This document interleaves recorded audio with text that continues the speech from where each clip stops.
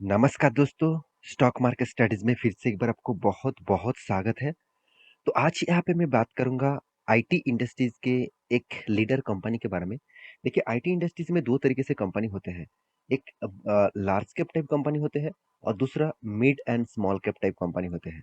तो आज जिस कंपनी के बारे में बात करूँगा, वो इंडिया के लार्ज कैप कंपनी के अंडर पड़ते हैं और इंडिया के 4th लार्जेस्ट कंपनी है। तो आप नाम तो मतलब देख ही चुके होंगे, कंपनी का नाम तो पहचान ही चुके होंगे। कंपनी का नाम है विप्रो, जो एक मतलब पॉपुलर कंपनी है।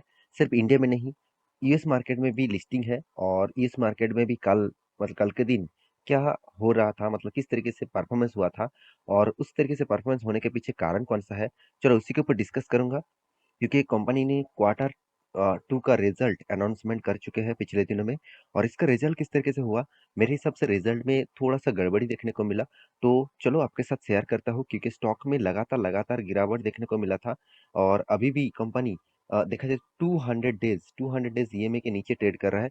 तो इसके हिसाब से टेक्निकली कौन सा लेवल तक वो जा सकते हैं, तो उसी के बारे में डिस्कस करूंगा। तो वीडियो को लास्ट तक देखना और अभी तक अपने इस चैनल को सब्सक्राइब नहीं किया तो जरूर सब्सक्राइब कर लेना, क्योंकि आपको daily basis stock market information update चाहिए तो इस चैनल के ऊपर बने रहिए।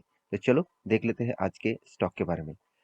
तो सबसे पहले मैं कंपनी के जो डेटा आपको दिखाऊंगा वो है अमेरिकन बाजार का। तो अमेरिकन बाजार का आप डेटा देखेंगे तो यहाँ पे एक चीज आपको देखना पड़ेगा, वो है एडीआर। तो एडीआर का मतलब है जितने सारे मतलब इंडियन स्टॉक अमेरिकन बाजार में लिस्टिंग है, उसको एडीआर से जाना जाता है। तो आप देखेंगे तो विप्रो का हालत पिछले दिनों में क्या हो गया था। देखिए मार्केट में एक एक एक मार्केट एक सेंटीमेंट के हिसाब से चलते हैं। मार्केट में कुछ भी नेगेटिविटी आए, कोई भी स्टॉक के ऊपर थोड़ा सा भी नेगेटिविटी आए, तो उसके ऊपर बहुत ज्यादा पिटाई हो जाता है।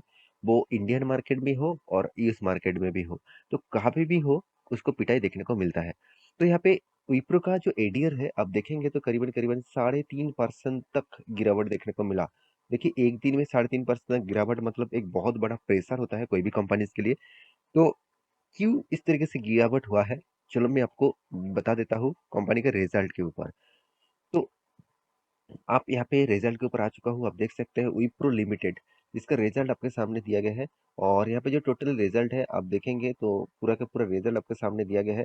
तो मैं आपको फिगर दिखाऊंगा, वो लाखों में हो करोड़ों में हो कुछ भी हो, आप यहाँ पे फिगर आउट चेकआउट कर लेना। तो यहाँ पे मिलियंस में दिया गया है तो एक अंक कम हो जाएगा, तो मिलियंस में दिया गया है। तो चलो कितने हैं मैं आपको डायरेक्ट फिगर दिखा देता हूँ। टोटल इनकम के बारे में, टोटल इनकम देखा जाए तो करीबन 2,30,000, पिछले बार था 2,20,000, पिछले सालों में था 2,01,000। देखिए 30 सितंबर मतलब इस बार का क्वार्टर 2 का रिजल्ट, यहाँ पे 30 जून मतलब पिछले क्वार्टर 1 का रिजल्ट, और यहाँ पे 30 सितंबर 2021 पिछले सालों के क्वार्टर 2 का रिजल्ट। तो फिगर आपके सामने ही है। तो इनकम के हिसाब से देखा जाए तो कंपनी का इनकम में ग्रोथ हुआ, year of year basis quarter quarter basis दोनों में ही ग्रोथ देखने को मिला। तो दोनों में ही यहाँ पे अच्छा खासा जंप हुआ। तो क्या इनकम होना ही सब कुछ है, चलो बाकी डिटेल्स भी तो देखना है, वो है एक्सपेंस। कंपनी किस तरीके से एक्सपेंस को मेंटेन किया और साथ ही साथ टैक्सेस को भी मेंटेन किया। देखिए टोटल एक्सपेंस के बारे में बात करें तो 1,96,221 टोटली फिगर का एक्सपेंस हुआ। पिछले सालों में 1,86,000 था, पिछले क्वार्टर में 1,86,000 था। और यहाँ पे देखा जाए तो कंपनी पिछले सालों में 1,64,000 था। इसका मतलब कंपनी का जो एक्सपेंस है वो यहाँ पे आपको मतलब एक थोड़ा सा ज्यादा देखने को मिला कंपैरिजन टू इनकम। तो अभी बारी आता है कंपनी का टैक्सेशन का, तो टैक्स भी कंपनी को पे करना पड़ा। तो अच्छा खासा टैक्स पे करने के बाद टोटली कंपनी के हाथ में आया प्रॉफिट। तो प्रॉफिट फॉर द पीरियड अब देखेंगे तो कंपनी का जो प्रॉफिट हुआ, तो आप देखेंगे तो कंपनी का प्रॉफिट कितना हुआ, 26,491। इसका मतलब मैं आपको करोड़ों में कन्वर्ट कर दूं तो 2,649 करोड़। तो 2,649 करोड़ के आसपास कंपनी का इनकम हुआ। चलो अच्छी बात है।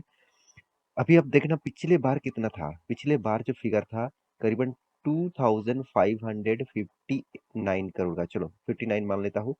तो पिछले सालों में क्या था, पिछले सालों में ज्यादा था 2,930 करोड़ का।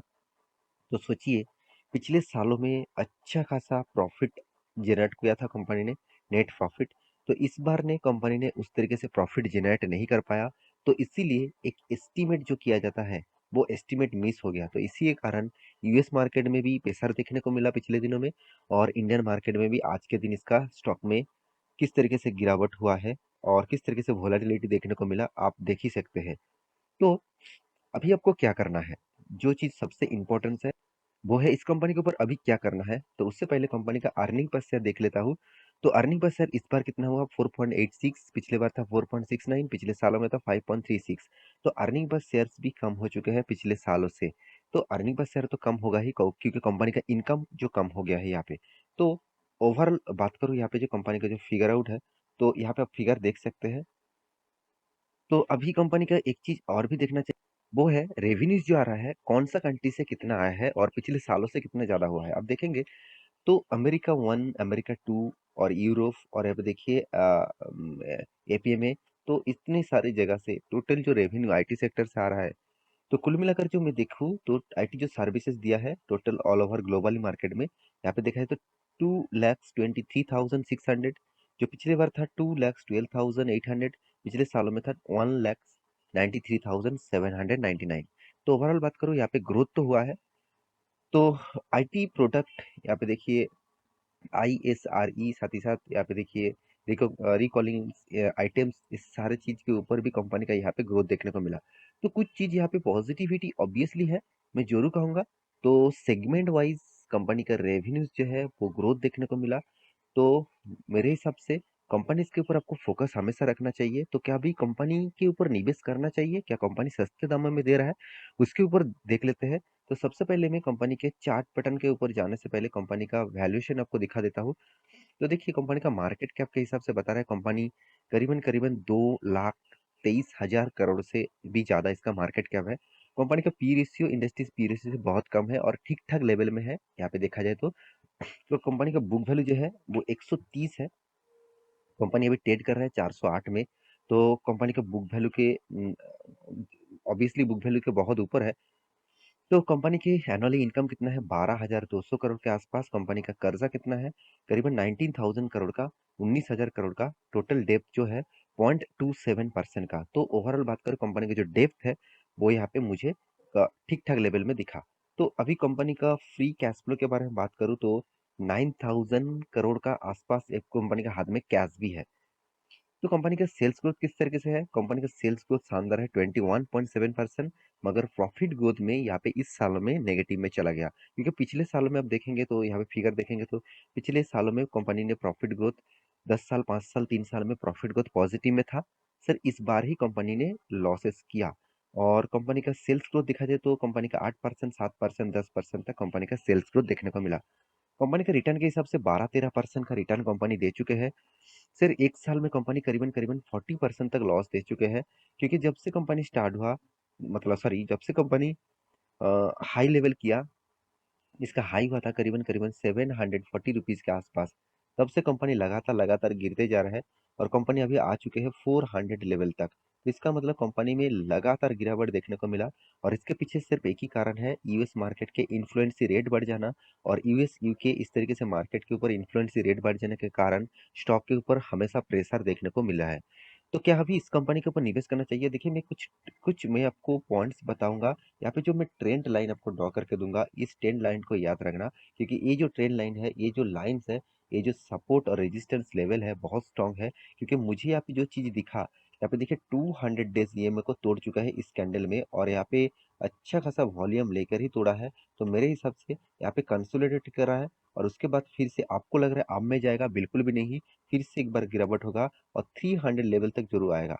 अगर 300 लेवल को तोड़ता है फिर से आपको 160 तक जाने को चांसेस है।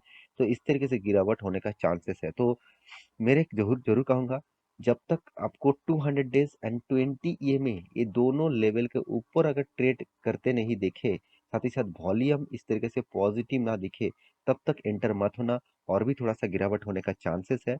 तो ये मेरा प्रेडिक्शन है। तो आप खुद के प्रेडिक्शन के हिसाब से काम कर सकते हैं।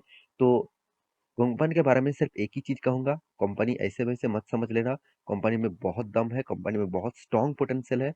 और इस तरीके से कंपनी ने जो आपको रेवेन्यूज दिया, साथ ही साथ आपको जो बाईबैक दिया, बोनस दिया, 4-4 बार करके बोनस आपको कंपनी ने दिया। साथ ही साथ कंपनी लगातार डिविडेंड देते आए हैं। तो इस तरीके से कंपनीज़ के ऊपर आपको हमेशा टिके रहना चाहिए। हाँ, क्या इस बार बोनस दिया सॉरी इस बार डिविडेंड दिया? बिल्कुल भी नहीं, कंपनी इस बार डिविडेंड नहीं दिया। अभी तक तो डिविडेंड अनाउंसमेंट नहीं किया। अगर डिविडेंड अनाउंसमेंट होता है तो आपके साथ में शेयर ज़रूर करूँगा। तो आशा करता हूँ सारी जानकारी आपको मिल चुका है। मेरे वीडियो कैसे लगा ज़रूर कमेंट करना। इसी तरीके से वीडियो पाने के लिए चैनल को सब्सक्राइब भी करना। मिलते हैं नेक्स्ट नया स्टॉक लेके, तब तक के लिए अच्छे से रहिए। अपने ख्याल रखिए। Bye bye.